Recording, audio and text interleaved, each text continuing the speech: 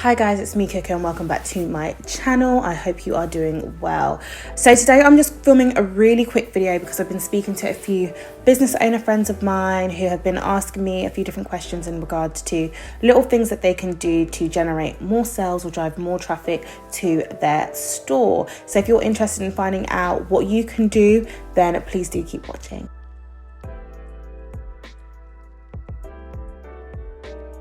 So I'm going to jump right into this video and not waste any time at all. So my first tip will be to use Facebook and Instagram ads to drive more traffic to your website, to your store, to wherever it is that your business is located. The reality is that if people don't know who you are, they won't come to you. So they need to know who you are, so you need to reach them and you need to tell them who you are, where you are, and what you are doing.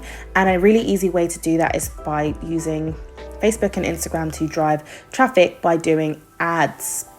So you can use content that is pre-existing to your business, content that you have posted out on your social media platforms previously, or you can create custom content, but you definitely want to have in mind what your end goal is. So if you want them to buy, if you want them to get in touch with you, if you're a service provider, so say you're a beautician and you want people to book manicures or pedicures, whatever, in your local area, then you kind of want to make it that clear.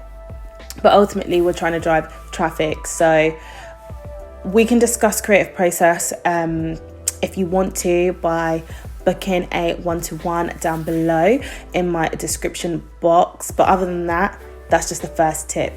Use Facebook and Instagram ads to drive traffic to your website. So my second tip is not digital marketing related, but it's still marketing related, and that is to get your game up in regards to PR and press. You want to be sending press releases out to journalists regarding your business or your services or your products. What they will do is they will write articles that increase the credibility of your brand and your product. That's something that we can't do ourselves as business owners, because we obviously love what we do and we want people to use what we have. Whereas when a review or a write-up comes from a journalist, it just has a different type of credibility. It's like word of mouth credibility. When you have used something and you tell your friend is likely to very much so go and purchase that thing because they know that you've used it and you've liked it. They're not necessarily going to think about it too tough. They're just going to go for it.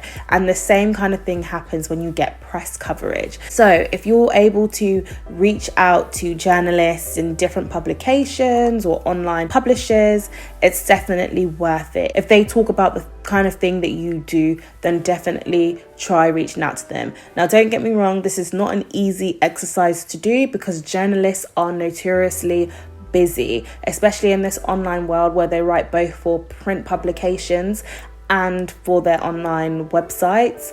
They're constantly writing. So if you're pitching something that's not necessarily of interest to them, they're not necessarily going to get back to you. But don't give up. Just keep trying. And if you have a great product or great service or great business, they will likely be interested in you.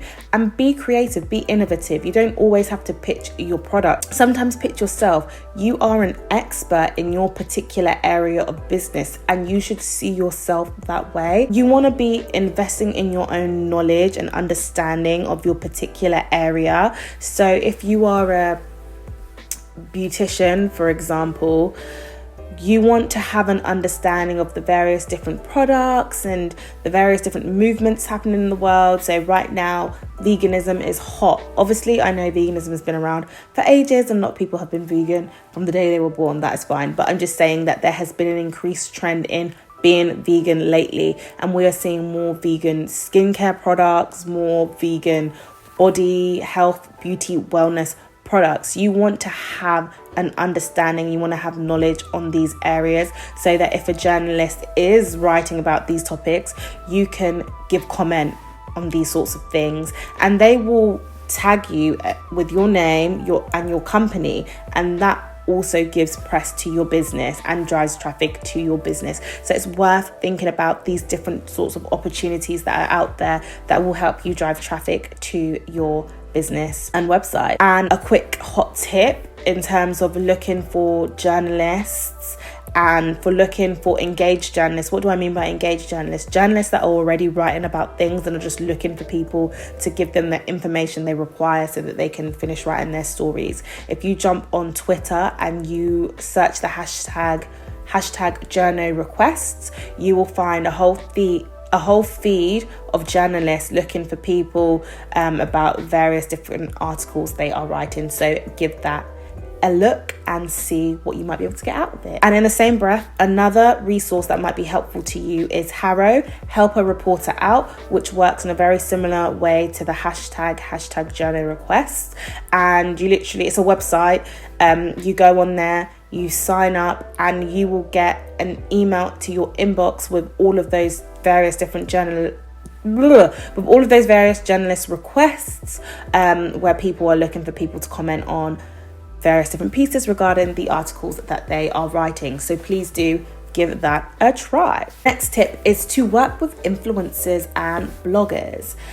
Similar to working with journalists, working with influencers and bloggers is a great way to drive more traffic and more brand awareness to your store, your business, or your service, because these people have influence. They have highly engaged audiences that are interested in whatever it is that they are talking about. You want to tap into this. It's easier for them to sell what you have than for you to sell what you have, because these people have the power to influence purchases. Slight caveat, not absolutely everyone has purchase influence. They might be able to influence you getting more followers, they might be able to influence people engaging on your posts, but they might not necessarily be able to influence purchasing. So when you do reach out to influencers and you reach out to bloggers, you do want to make sure that you get their analytical data. You want to find out how many people engage in their posts, you want to find out the kind of work that they've done in the past, you want to find out the kind of results that the work that they've done with other brands in the past have generated,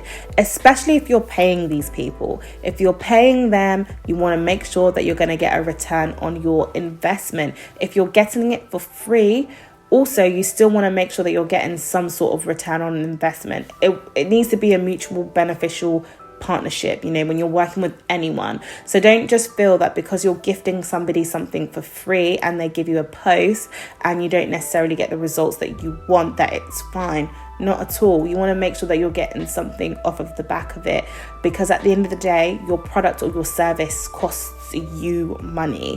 It's not free. It's not come from thin air. It comes from somewhere. So just bear that in mind and just dabble in it. See what you can get. Make a list of different influencers or bloggers that might be relevant to your particular area or niche. Reach out to them and see what might come off the back of it. My next tip is a tip for your website. So if you're driving loads of traffic to your website, you want to make sure that you have an abandoned cart feature set up. What is abandoned cart? What abandoned cart does is it allows you to send an email to people that have been onto your website and have added something to their shopping cart to let them know that, hey, there's something in your shopping cart. Why not continue purchasing and giving out money?